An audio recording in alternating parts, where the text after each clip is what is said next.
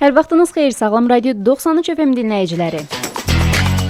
Mislinin baş sponsorluğu ilə qarşıdakı bir saat ərzində Offside efirdə olacağı bildirmək istərdik ki, milli çövkən oyunumuza yeni nəfəs gəlir. Ölkənin tam qanuni və güvənli idman mərc oyunları operatoru Misli Peşəkar Çövkən Liqasına dəstək olur. Eyni zamanda Azərbaycanın Peşəkar Çövkən Liqasının oyunlarına yalnız Misli azda da mərc eləyə bilərsiniz. Salam Ceyhun, xoş gəlmisən. Xoş gördük Günay, hamını salamlayıram dinləyiciləri, tamaşaçıları. Səni dünəndən burada görməliydik, lakin bugünə qismət oldu. Özün bir jest edərək dünən qrafikini dəyişdin, bugünə saldın. Ayxan Abbasovla anlaşılmazlıq oldu. Daha doğrusu o ikinci günü ayın ikisi ilə səhv salıb. Ona görə bugün gəlmədi, dünən gəldi. Mən də neyniyəydim? Çox gözəl bir aprel zarafatı oldu məncə. Yaxşı oldu. Bu arada keçmiş verilişimizdə, əvvəlki verilişimizdə sənin bir gözəl bir bənzətmən var idi. Elə hazır Ramazan ayı da bitib və buna görə bu bənzətməni mən də ürəkdən deyə bilərəm. Messini bənzətmişdin lülə kebaba, Lamin Yamal demişdin ki, Katitə bənzəyir və orada Lamin Yamal demişdin, Yamin Lamal demişdin və o da çox diqqət çəkmişdi izləyicilərimiz tərəfindən. İnan ki, verilişdən sonra ki, sən sosial şəbəkələrdə bunu paylaşdın. Baxıram, girirəm kommentlərə, hamı yazır ki, Lamin Yamal, düz dedim, nə indi? Lamin Yamal, Lamin Yamal. Mən də öz-özümə təəccüblənirəm ki, cəmaət niyə belə deyir? Mən fərqində deyirəm ki, orada Lamin Yamala Yamin Lamal demişəm. Lıyla, yəni soyadan adın baş hərfləri dəyişib və bu mexaniki səhv olduğuna görə sonradan avtomatik belə ardıcıl neçə dəfə deyib. Yaxşı, mən səhv dedim, sən mən niyə düzəltmədin? Mən səni düzəltdim. Orada nəsə deyirsən sən? Düzəltdim. Dedim ki, Lamin Yamaldır. Bax, indi mən deyirəm Lamin Yamal, amma mən də bir özümdən əmin ola bilmirəm ki, bu həqiqətənmi Lamin Yamaldır, yoxsa Yamin Lamaldır. Çünki bizdə Lamal adlı futbolçu da olub Azərbaycanda. Daha doğma. Mən desəydim, məsələn üçün Francesco Totti ya Donnarumma nəsə bilmək olardı ki, bu adam tanımır da futbolçunu. Mən Yamal necə tanımaya bilərəm? Sadəcə bir mexaniki səhv oldu da. Yəni Lamin Yamala Yamin Lamal demişəm. Belə olur, belə adlar olur. Lamin Yamala Yamin 95-99% şərhlər o qədər belə gözəl idi. Özümə də xoş gəldi. Yəni həqiqətən də bizdə insanlarda yumor hissi var. Başladılar məşhur futbolçuların ad soyadlarının baş hərflərinin yerlərini dəyişməyə. O belə çox qəşəng kommentlər vardı, rəylər var idi. Mənim yadıma indi bir əhvalat da düşür. Bir müsahibə almışdım. Qarabağın İtaliyalı azarkeşi var idi. Azarkeşin adı yadımdan çıxdı, soyadı Conti idi. Həmin şəxs hətta Roger Federerlə də bir agent olmuşdu onun, yoxsa nəsə çəkilişləri var idi, şəkilləri var idi. Və həmin müsahibədə səhvən yazmışdım. Roger Federer yazmaq əvəzinə. Yəni belə olur. Bəzən adlar elə olur ki, yanılmac kimidir və düzgün versiyasını bilirsən, amma unudursan. Bəzən orada məsələn üçün evdə 2-3 uşaq olur, valideyn çaşır uşaqların adlarını səhv deyir. Yəni bu da olur da. Bəzən belə mexaniki səhvlər olur. Yaxşı, qaydaq düzə. Bugün Azərbaycan Kubokunda qarşılaşmalar start götürəcək. Yarımfinal görüşləri keçirilir. Araz Naxçıvan, Qarabağ və Neftçi Sabah qarşılaşmaları başlayacaq və ilk görüş Araz Naxçıvan və Qarabağ komandaları arasında başlayacaq saat 17:00-da start götürəcək. Adətən deyilir ki, belə şanslar eynidir. Rəqiblərə yəni bir hörmət əlaməti olar, amma burada şanslar eyni deyil. Qarabağ aşkar favoritdir. Mən açığı Araz Naxçıvanın Qarabağa müqavimət göstərəcək əlbəttə, amma Qarabağın mübarizədən kənarlaşdığı finala adlayacağına çox az ehtimal verirəm. Məncə Qarabağ bu cütün qalibi olacaq və finala çıxacaq. Səhv etmirəmsə 2-3 il əvvəl Azərbaycan Kuboku finalda Neftçi və Qəbələ qarşılaşanda o zaman Qəbələ Qarabağın məğlubiyyətə uğradıb finala Bəli, yarım finalda Qəbələ Qarabağı keçmişdi və Qəbələ həmin il kubok qazanmışdı və Qəbələnin də baş məşqçisi Elmar Baxşıyev idi. Elmar Baxşıyev bu dəfə bir sensasiya göstərə bilər? İnanmıram, çünki o Qəbələnin heyəti çox yaxşı bir heyəti vardı. O həmin Qəbələnin heyəti doğrudan güclü idi. Və günün digər qarşılaşması, yarımfinalın digər görüşü də Neftçi və Sabah komandaları arasında başlayacaq. Bakı paytaxt derbisi gözləyir bizi.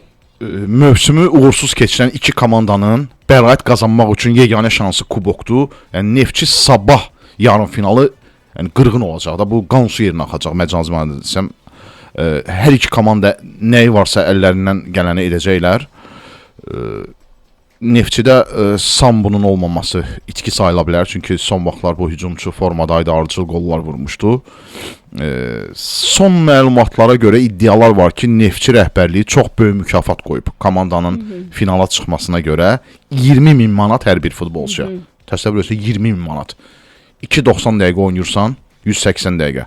Sonra birdən kartına belə görürsən ki, kartında 2 ardıca 4-0. Yəni böyük məbləğdir. Mən bu 20.000 manatı udmaq üçün Neftçinin futbolçudan yarışsam hər şey eləyərəm. Bax, bir yolunu tapıb girərəm sabahın paltı tərəşmə otağına, suya, çaya, yuxu dərmanı qataram ki, sekidika yuxulu gəzsin. Xəyal qaça bilməsin. 20.000, adam başı 20.000, çox böyük məbləğdir. Yeri gəlmişkən, bugün Fenerbahçe Galatasaray derbisi də olacaq Türkiyə kubokunda. Elə orada da Fenerbahçe'nin rəhbərliyi 10 milyon məbləğində futbolçuların məvaciblərini artıq köçürüb hesablarındadır və bundan əlavə 2 milyonda premiya müəyyən edilib. Bu lirədir də yəqin ki. Avro deyəsən. Ümumi yəqin bütün komanda üçün olar. Bütün komanda. Yəni Fener Galatasaray indi danışarıq da sonra danışacağıq. Bunların rəqabəti o qədər barışmazdı, prinsipial oyunlardı ki, yəni burada məsələn onlar hətta deyirlər ki, çempion olmayaq, amma məsələn bir-biri üçün Fener Galatasaray utsun ya Galatasaray Fener utsun.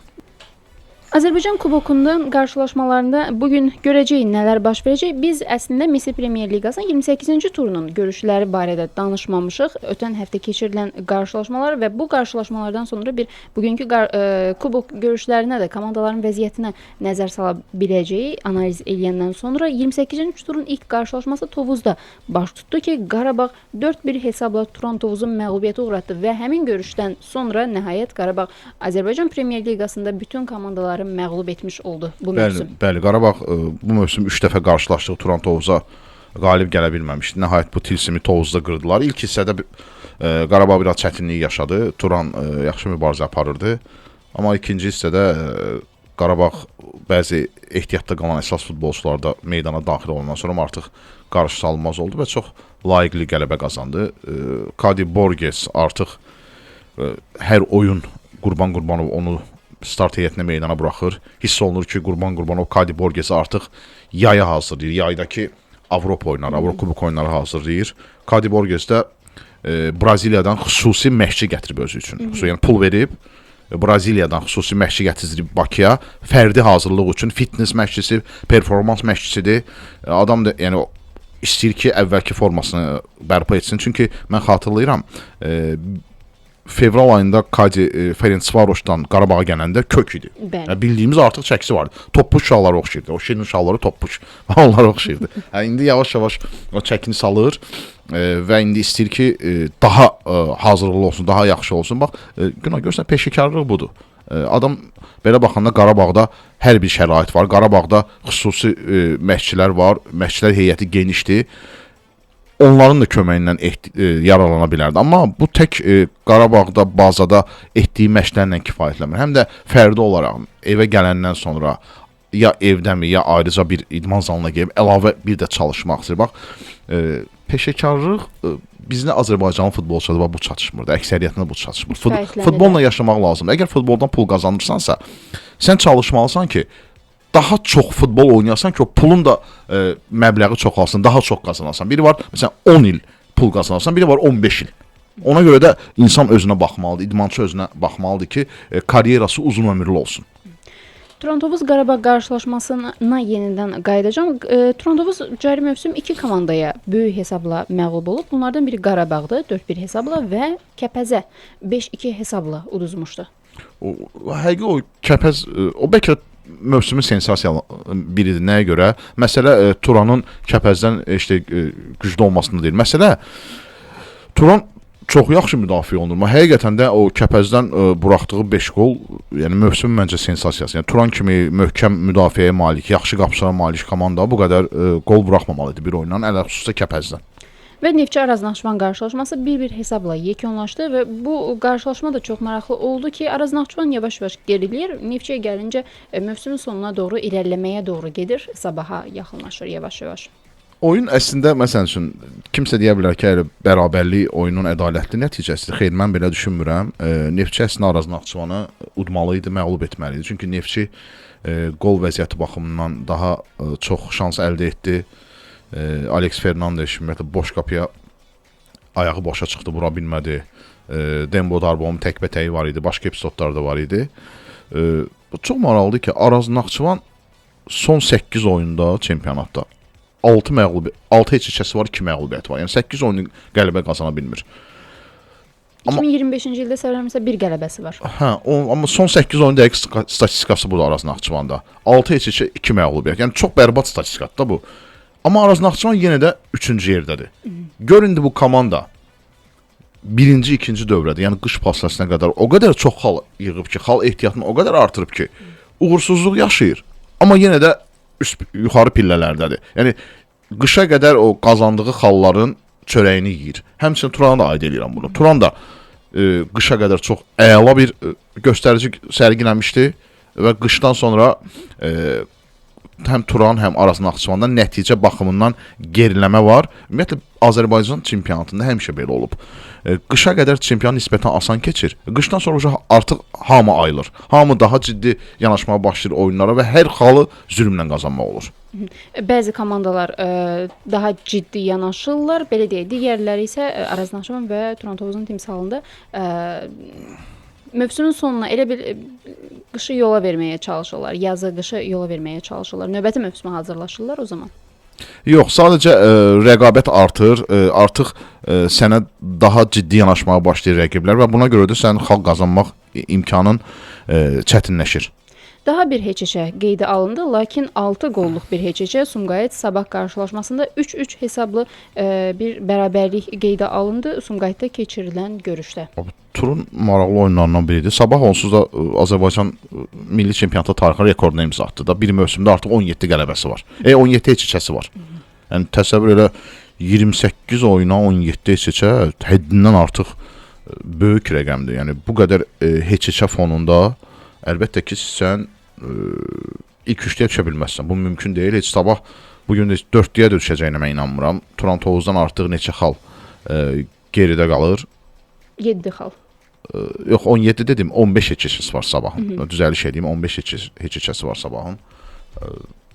Yəni Berezutski bəzi aparıcı futbolçuları ehtiyatda saxlamışdı. Çünki 3 gün sonra Neftçinə bugünkü kubok oyunu düşünərək gənc futbolçulardan ikisini meydana buraxmışdı, Seymur və Elgünü. Əlbəttə ki, bu sevindiricidir gənclərin oynaması, amma eyni vaxtda iki gənc futbolçunun oynaması, ikisinin də müdafiə yönümlü futbolçu olması. Elgün stoperdir, Seymur dayaq yarım müdafiəçisidir və buna görə də əlbəttə komanda 3 qol buraxdı. Buraxılan 2 qolda gənc 19 yaşlı futbolçu Elgünün səhvi var, amma hamı səhv eləyir, hamı səhv eləyərək öyrənir, gənc yaşında həvəsdən düşməsin. Debüt maçı idi. Bəli, məsələn, Berezutski ideal 11-liyini buraxsaydı, bəlkə də bu oyunda qalib gələ bilərdi. Bəlkə də gəlməz o başqa məsələ. Amma Sabah qalib gəlsəydi, Turan Tovuzla xal fərqi 5 olacaqdı, 7 olmayacaqdı. Bəlkə də mövsümün sonunda hələ 8 oyun var. Sabah Turandan bir xal geri qalacaq. Bəlkə də. Həmin o Turandan bir xal geri qalsa, bu itirilən 2 xalı axtaracaq Qarabağ. Çünki bu oyunda qalib gəlsəydi, bəlkə də onun çempionatda 4-cü yer bitirmək şansı artardı, ola bilərdi. Amma indiki halda xal fərqi 7-dir və çətin ki, bu 7 xallıq fərqi ərisin. Sumqayıtdakı oyunda Sabahın qapısında Özbək qapçı dayanmışdı. Onun əvəzinə Qazaxstanlı qapçı dayanmışdı. Bəli, Yusif İmanova Sabah klubu itirdimi? Bax, açığı bu Stas... Və Yusif İmanov bəlkə Sabahı itirib. Yəni, Stas Pokatilovu çox da güclü qapçı saymıram. Orta səviyyəli qapçıdır. Məncə Sabahın iddialı bir komandanın qapısını daha yaxşı qapçı qorumalıydı. Yusif İmanov yəni özündən başqa heç kimi ittiham eləməsin, günahlandırmasın. Son illərdə Azərbaycan futbolunda Yusif qədər şans verilən ikinci qapçı olmayıb. Yəni Yusif 3 ilə yaxın Sabahın əsas qapçısı oldu, şans verildi, çox şans verildi. Bax, Rıza müqayisə eləyək də, bax ki, Rıza Cəfərovu və Yusif İmanovu. Rızaya da şans verildi, Yusifə də. Rıza bu şansdan istifadə elədi, Yusif eləyə bilmədi. Yusif çox qeyri-sabit çıxış elədi. Yusifin olduqca kobud səhvləri oldu, kobud səhvləri çox oldu və bunları heç cür aradan qaldıra bilmədi. Əsas milliyə dəvət oldu və daha sonra 21-ə. Yəni bugün Yusif ehtiyatda qalıbsa, Nicat Mehbalayev ehtiyatda qalıbsa, yəni heç kimi ittiham eləməsinlər. Günah özlərindədir. Nicata da şans verildi. Düzdür, Yusifə Nicatdan daha çox şans verilib. Amma Nicat da çox oyunda şans qazanıb. Verilən şansdan istifadə etmək lazımdır. Sağlam Radio 93 FM-də Offside dinləyirsiniz. Musiqi və reklam faysəmiz olacaq. Daha sonra buradayıq Offside-də. Dalğanı dəyişməyin.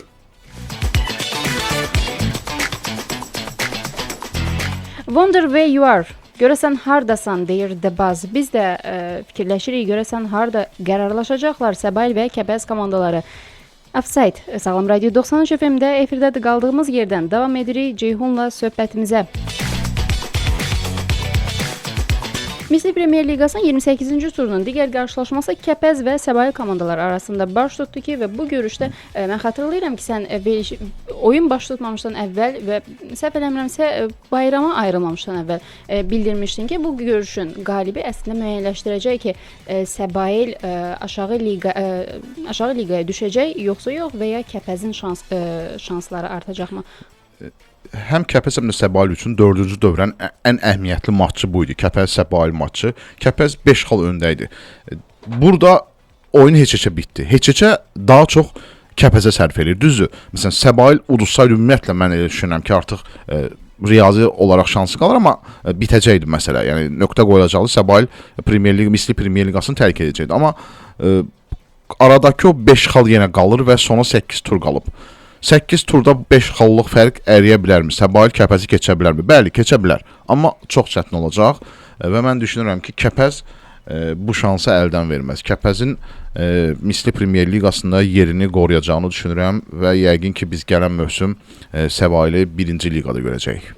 Zirə Şamaxı qarşılaşması da baş tutdu. 3-0 hesabla Zirənin qələbəsi ilə yekunlaşdı ki, Ayxan Abbasov komandanın düzdür başında deyildi, sükanın arxasında deyildi və görüş 3-0 hesabla, böyük hesabla məğlubiyyətlə yekunlaşdı. Ayxan Abbasov sadəcə cəzasına görə texniki zona deyildi, amma stadionda, yəni yuxarıdaydı. Köməkçisi Elnur Çodarov komandanı çıxartmışdı, amma Günay bizdə onun o qədər çox ciddi fərqi olmur. Yəni stadiondasan, göstərişlər, onsa köməkçilərin vasitəsilə yenə verə bilirsən, heyət sən qursan. Yəni bunun çox ciddi təsiri olmur komandaya. Şamaxı sıx oynayıb, Zirəyə boş zona verməməyə çalışırdı. Zirənin cinahlarını birinci hissədə bağlama müvəffəq oldular. Salifo Suma son vaxtlar formadadır. Onu ilk hissədə demək olar ki, zərərsizləşdirdilər. Amma ikinci hissədə Rəşad Sadovun bəzi dəyişiklikləri, həmçində Şamaxıda məcburi əvəz etmələr, iki zədəli futbolçu oldu, Mikels və Veremeyev. Bunlardan sonra Zirə artıq oynamağa başladı. Zirənin qarşısını Şamaxı heç cür dayandıra bilmədi. Zirənin tam layiqli qələbəsi, 3 gol vuruldu, 3-dən də çox gol vurula bilərdi. Zirə ümumiyyətlə baxırıq ki, çempionatda ən az gol buraxan ikinci və ən çox top buraxan çox gol vuran ikinci komandadır. Yəni Zirə sadəcə bu göstəricilərdə Qarabağ uduzur. Qarabağdan sonra ən az top buraxan komandadır, Qarabağdan sonra ən çox top vuran komandadır. Demək 47 gol vurubsa komanda, bu o deməkdir ki 47 gol vəziyyəti yaratmayıb da bu oyunlar ərzində. Gör nə qədər, bəlkə vur 5-ə. Yəni 200 gol vəziyyəti yaradıb. 200-dən çox gol vəziyyəti yaradıb Zirə. Zirə baxımlı oynayır bu mövsüm. Zirənin mən deyərdim ki, Rəşad Sadovun rəhbərliyi altındakı ən yaxşı mövsümüdür. Komanda güclü görünür, komanda yaxşı komplektləşib, yaxşı futbolçular yığılıb. Rəşad Sadov da komandanı çox gözəl idarə eləyir, lazımi rotasiyalar eləyir. Bəzən zəif oynayan futbolçuları ehtiyatda saxlayır. Konkret komandanda belə əvəz edilməz futbolçu yoxdur. Mən deyərdim bu komandanın bir əvəz edilməz futbolçusu var. O da Ruan Renato'dur. Komandanın lideridir. Çox yaxşı mövsüm keçirir Ruanda. Mən ümumiyyətlə düşünürəm ki, Zirə əgər ikinci olsa, Qarabağda kubok qazansa, yəni Qarabağ kubok qazansa, çempionatda ikinci yer tutan Avropa liqasına gedir. Zirə ötən il konferans liqasında play-off oynamışdı. Zirə əgər bu ildə Avropa liqasına gedə bilsə, bəlkə də konferans liqasının qrupuna düşə bilər. Yəni komanda biraz da güclənə bilsə, yəni komanda Zirə yaxşı yolda, düzgün yoldadır. Düzdür, irəliləyir komanda, addım-addım irəliləyirlər Avrokuboklara və Turin cədvəlinə nəzər salsaq 28 turdan sonra Qarabağın liderliyi davam edir 67 xalla, Zirə 55 xalla ikincidir və Araz Naxçıvana gəlinci 48 xalla 3-cü yerdə qərarlaşıb və Turantovuzla 3-cü, 4-cü yerlər arasında bir 5 xallıq fərq var ki, 43 xalla Turantovuz 4-cü yerdə qərarlaşıb. Yəni çempion da bəllidir Qarabağ, məncə artıq ikinci yerində sahibi bəllidir. Zirə ikinci olacaq. Qalır üçüncülük. Üçüncülük uğrunda burada Araz Naxçıvanla Turan Tovuz arasında qızğın mübarizə gedəcək. Amma mən düşünürəm ki, Araz Naxçıvan üçüncülüyü əldən verməyəcək. Biz üçüncü Araz Naxçıvanı görəcəyik. 5-ci yerin sahibi. Turan Tovuz da 4-cü olsa elə o demək deyil ki, fakt deyil ki, 4-cü yer konferans liqasına gedəcək. Bunun üçün Qarabağın kubok qazanması lazımdır. Yəni bu dəqiqə həm Zirə, həm də Turan Tovuz gözünü Qarabağa tikib ki, Qarabağ kubok qazansın. Çünki bu halda Zirə Avropa liqasına gedəcək, Toronto isə Konferans Liqasına. Və 5-ci yerdə Sabah komandası qərarlaşıb 36 xalla, lakin mövsümün gedişatında görəcəyik ki, o yeri əldən verəcəklər Neftçiyə yoxsa yox. Yəni inan ki, burada çox ciddi bir əhəmiyyət kəsb edən məsələ yoxdur. 5-ci yeri Sabah tutacaq ya Sabah 6-cı olacaq, Neftçi 5-ci olacaq, 6-cı olacaq. Fakt budur ki, bu iki komanda çox uğursuz mövsüm keçirdilər. Araz Naxçıvan, Torontovuz bu qədər xal itirə-itirə hələ də bu komandalar gəlib 4-cü ola bilmirlərsə, günahı özlərində axtarsınlar, səbəbi özlərində axtarsınlar. Çox təəssüf ki, Azərbaycanın yəni iki yaxşı komandası, imkanlı klubu bu dəqiqə 5-ci və 6-cı pillələrdə qərarlaşıb. Ceyhun, düzdür, indidən bir təxmin demək düzgün olmazdı bəlkə də bəlli olmaz, lakin turnir cədvəlinin 5-ci, 6-cı, 7-ci və 8-ci yerlərində qərarlaşan komandalar növbəti mövsüm Avrokuboklar üçün mübarizə aparacaq gücdə ola bilərlərmi? Sabah, Neftçi, Şamaxı və Sumqayıt komandalarından söhbət gedir. Növbəti mövsüm Avropada oynamağı desin. O Sabahla Neftçi olsa hər il yuxarı pillələrə oynamalılar. Hətta mən deyərdim ki, bu komandalar çempionluğu oynamalılar. Çempion olmasalar belə ikinci olmağa can atmalılar. Çünki o imkanlar, o büdcə, o transferlər başqa klublarda yoxdur. Və bu komandalar zəif çıxış edəndə təbii ki, adamda məyusluq yaradır. Və Sumqayıta gəlincə, Şamaxı cari mövsüm liqada qalmaq uğrunda mübarizə apardı və Sumqayıtda isə ötən mövsümdən sonra işlər yolunda getmədi. Sumqayıt ötən mövsüm ölkəmizi Konferans Liqasına təmsil etdi, ancaq ondan sonra mövsümə yaxşı başlamadılar. Şamaxın onsuz da çempionata başlayanda elə Misli Premyer Liqasına qalmaq uğrunda bu məqsəd üçün mübarizə aparacağı bəlli idi. Çünki heyəti, büdcəsi o deyil, komanda sponsorsuz komandadır. O baxımdan belə təəccüblü bir şey yoxdur, yəni bu komandaların bu yerlərdə qərarlaşmasında. Yeri gəlmişkən, Azərbaycan milli komandalarının düzdür oyunları başa çatıb, lakin söz-söhbətləri bitmək bilmir. Bir söhbət var idi ki, Elvin Cəfərquliyev və Şahrudin Məhəmmədəliyev milli komandadan uzaqlaşdırılıblar və bir daha çağırılmayacaqlar. Lakin Fernando Santos açıqlama verib ki, mən belə bir söz deməmişəm, hər ikisinə qapımız açıqdır. Yəni mətbuatın iddiası idi bu. İddiası idi ki, Santos Elvin Cəfərquliyevin lazımsız qırmızı vərəqə almasına görə qəzəblənib və onu bir də milliyə çağırmayacaq. Şahrudin də aralarında söz-söhbət olub. Amma baş məşqçi çıxdı, bunları təksib elədi. Əslində bizdə o keyfiyyətli, yaxşı futbolçu azdır. Seçim də azdır. Yəni Şahrudini və Elvini bir daha milliyə çağırmamaq. Bu əlbəttə yəni milli belə deyim də Santos'un özün dədəmalı deyil ki, Portugaliyadakı hansısa bir evi, villası deyil ki, öz istədiyini qərar versin. Əlbəttə ki, yaxşı futbolçudsa sən milliyə çağırmalısın. Müəyyən insafsızlıq baş verərsə də onun haqqında lazımi tədbiri ölçü götürmək olar. Yeri gəlmişkən dünən Ayxan Abbasov verilişdə bir fikir səsləndirdi. Bugün qarşımıza qoyduğumuz vəzifə A millinin işindən daha çətindir. Həqiqətənmi belədir bu? Baxdım dünən verilişə, maraqlı verilişdir yeri gəlmişkən. Əlbəttə, çünki əsas milli komandada oynayan futbolçuların hamısı öz klublarında əsas heyətdə oynayırlar. Yəni Misli Premyer Liqasında və ya xaricdə oynayanlarımız xaricdə. Amma 21-də oynayan futbolçuların heç də hamısı oynamırlar. Necə oynamırlar? Məsələn, əvəzedicilərdə oynayan futbolçular var, Əvəzedicilər Liqasında. 1-ci liqada oynayan futbolçular var. Misli Premyer Liqasında klubunda ehtiyatda qalan futbolçular var. Yəni bizdə 21-də oyun praktikası məsələsi var ki, futbolçuların heç də oynamırlar. Oynamayan futbolçu da öz klubunda əlbəttə ki, formada ola bilməz. O 21-də də seçim azdır və bizdə ümumiyyətlə problem ondadır ki, bizdə keyfiyyətli futbolçu azdır və olanlar da çalışmalıdırlar ki, mütləq öz klublarında oynasınlar. O baxımdan mən əlbəttə ki, Ayxan Abbasova haqq verirəm. 21-də işləmək, yəni əsas millidə işləməkdən daha çətindir. Görəsən 21-ə uyğunlaşandan sonra Ayxan Abbasov o zaman Azərbaycan əsas milli komandası ilə baş eləyə bilərmi? Yəni məncə gələcəkdə. Bilmirəm, bu hər şey gələcəyin işidir. Ayxan Abbasov bu ölkənin ən yaxşı məşqçilərindən biridir. Məsələn 21-ə təyinat olanda mən dərhal sevindim. Çünki Ayxan Abbasovda bu gənclərlə işləmək bacarığı var. Onun karyerasına nəzər salında biz görürük ki, işlədiyi klublarda gənclərin çıxışında artım olub, performansları artıb. Amma əsas milli məsələdirsə, bu barədə artıq düşünə bilərsən ki, məsəl üçün başqa çünki alternativlər də var. O baxımdan məncə hadisələri qabalamağa lüzum görmürəm, ehtiyac görmürəm indidən. Və Ceyhun, xatırlayırsansa, Barcelona klubu Azərbaycanda akademiya açacaqdı və bununla bağlı rəhbərliyin nümayəndələri artıq Bakıdadılar və dünən səhv eləmirəmsə Bakıya təşrif buyurublar və bəzi stadionları gəziblər ki, hansı stadionun ətrafında bazı akademiyanı yaratmaq daha yaxşı olardı. Bir neçə stadionu baş çəkiblər. Bunlardan biri Asker Arena və Mərdəkanda Dalğa Arena, Libonadia Arena olub. Barselonanın 2 rəsmisi, yüksək rəsmisi Bakıdadır. Gəliblər, stadionlara baxıblar, vəziyyətlə tanış olublar. Məncə, yəni Mərdəkandakı stadion və Şəfa, yəni Asker Arenanı götürsə, yəni hansına üstünlük verməli olsalar, məncə Asker Arena daha əlverişlidir Şəfa. Çünki həm yer olaraq, məkan lokasiya olaraq da metroya yaxındır. Yəni uşaqlar məsələn üçün rahat Bakının istənilən nöqtəsindən Ulduz metrosunda çıxdın. 12 dəqiqəlik piyada yol, dəqiq səndirəm, çünki mən tez-tez gedirəm. Ulduz metrosundan Asker Arenaya 12 dəqiqə piyada yoldur. O baxımdan həm də Asker Arenanın ərazisi də genişdir. Orada böyük, iri standartda camiənin stadion var, bir də yardımçı meydançalar var. Mən elə düşünürəm ki, elə Asker Arenaya üstünlük vermək lazımdır. Barselona Akademiyası orada məskunlaşmalıdır.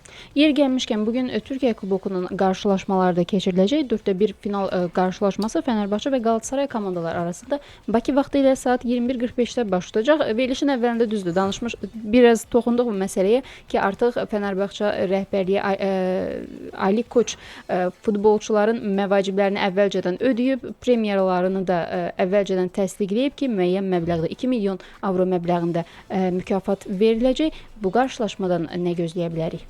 Bugün 3 oyuna baxacağım. Buradan efirdən çıxıram, gedirəm Araz Naxçıvan Qarabağ oyununa baxacağam 5-də, sonra 8-in yarısı başlayacaq Neftçi sabah, ondan sonra da keçirəm Türkiyə derbisinə Fenerbahçe Galatasaray. Yəni yorğun, ağır bir qrafik gözləyir. Hələ axşam bu qarşılaşmalardan narazı qalsan, gecə saat 23:30-da səhv eləmirəmsə Barselonanın da oyuna baxa bilərsən. Onlar da İspaniya. Barselona bilsən də, yəni Barselona futbolundan həzz alıram, amma artıq ona gücüm çatmayacaq. Yəni mən bir gündə bir insan 8 saat futbola baxa bilməz də. Yəni insanam, həm də istirahət ehtiyacım Avropa çempionatı zamanı belə bir statistika göstərilmişdi ki, araşdırma eləmişdilər ki, bir insan gün ərzində 2-dən çox futbola baxa bilməz. Bundan sonra artıq beyni dayanır. Mən hətta ardıcıl ikinci futbola baxanda yoruluram. Hiss edirəm ki, oyunun gəlişində yorğunluq var. Derbidən nə gözləyək? Fenerbahçe Galatasaraydan. Bir oyundan ibarətdir. Fenerbahçenin meydanında keçiriləcək, düzdürmü?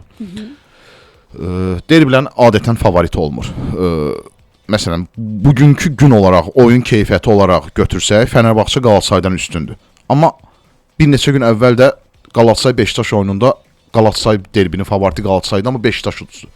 Beşiktaş uddu. Ona görə Türkiyədə derbilərə konkret demək olmur ki, məsələn üçün bu komanda qalib gələcək, bu komanda favoritdir. Amma Galatasarayda çox ciddi eniş var son vaxtlarda. Oyun keyfiyyəti aşağı düşüb Galatasarayın. Amma qeyd də eləmək lazımdır ki, həmin qarşılaşmada Beşiktaş Galatasaray oyununda ilk dəqiqələrdən artıq Galatasaray azlıqda qalmışdı və oyunun keçəndə baxmayaraq azlıqda qalandan sonra belə gol vura bilmişlər. Lucas Torreira'nın belə qarşıdakı dəqiqələrdə gözəl bir qolu vardı.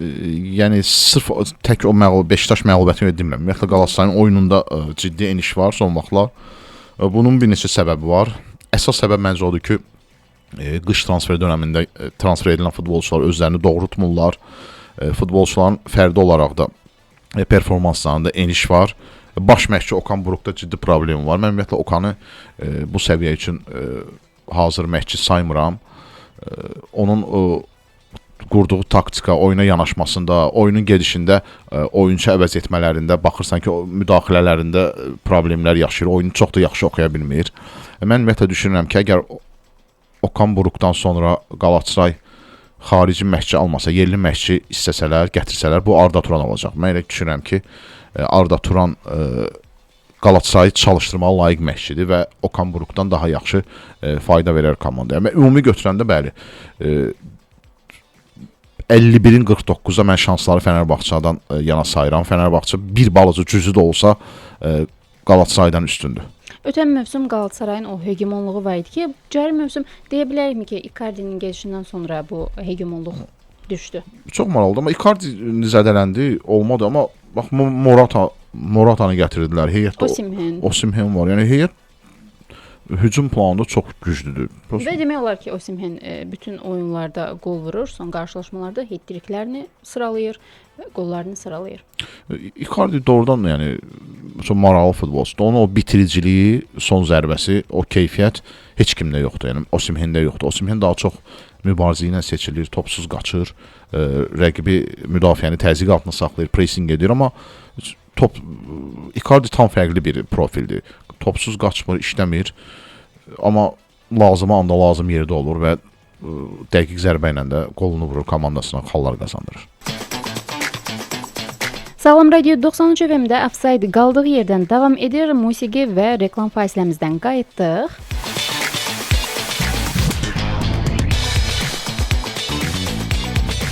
Ceyhun, dünən Türkiyəlilər üçün çox xüsusi bir gün olub, qürurlu bir gün olub. Buna səbəb isə UEFA Gənclər Liqasında yarımfinala yüksəlib Trabzonsporun 19 komandası 4-1 finalda Interli həmyaşıdlarını məğlubiyyətə uğradıblar və bəzi rekordlar da qeydə alınıb. Həm tamaşaçı sayına görə səhv eləmirəmsə 40.368 tamaşaçı iştirak edib və bu da ümumilikdə UEFA Gənclər Liqasında bir rekorda səbəb olub. Eyni zamanda da Interli həmyaşıdlarını cari mövsüm ilk dəfə məğlubiyyətə uğradıblar.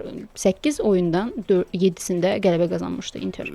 Türkiyə tarixində mən bilən bu ilk belə bir nailiyyətdir ki, hətta 4-1 finala belə yüksəlmək ilk idi. Bəli, 19 Gənclər Liqasında bir türk komandası yarı finala yüksəldi və Interdən də əvvəl 2 İtalyan klubunu udub gəlmişlər və ardıcıl 3 İtaliya komandasına qalib gəldilər. Atalanta və Juventus. Yəni Türkiyədə məsələn uşaq gənclər futbolu Avropanın aparıcı ölkələrlə müqayisədə geri qalır. Yəni İtaliyada onlardan biridir. Yəni İtalyanlardan geri qalırlar. Məsələn dünənləri efirdə burada radioda Ayxan Abbasov belə bir ifadə səsləndirdi ki, Antalyada təlim məşq toplanışında Antalyasporun baş məşqçisi Əmrə Bələzoğlu'na söhbət etdim. Əmrə dedim ki, sən İtaliyanı görmüş adamsan da. Məsələn, Türkiyədə uşaq futbolunun, İtaliya futbolunda çoxmu geri qaldı? Dedi ki, uçurum var. Böyük, yəni fərq var. Yəni, İtalyanlar bəli üstündülər. Yəni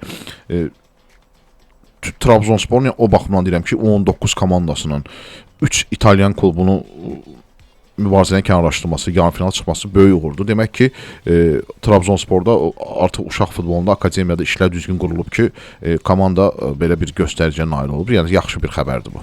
Sən əvvəlki dəqiqələrdə dedin, bu verilişimizdən sonra Araz Naxçıvan-Qarabağ qarşılaşmasına yollanacaqsan, daha sonra Neftçinin oyunu olacaq və 21:45-də bizi Fənərbağça və Qalatasaray komandaları arasında bir görüş gözləyir. Ona baxacaqsan və bir də gecə oyun olacaq. Bəlkə yorulmasan o oyuna da baxa bilərsən. Barcelonaya baxaram. 23:30-da İspaniya Kral Kubokunun yarımfinalında Atletico Madrid və Barcelona komandaları üz-üzə gələcək. İlk oyun məhsullar Hezicə ilə başa çatmışdı.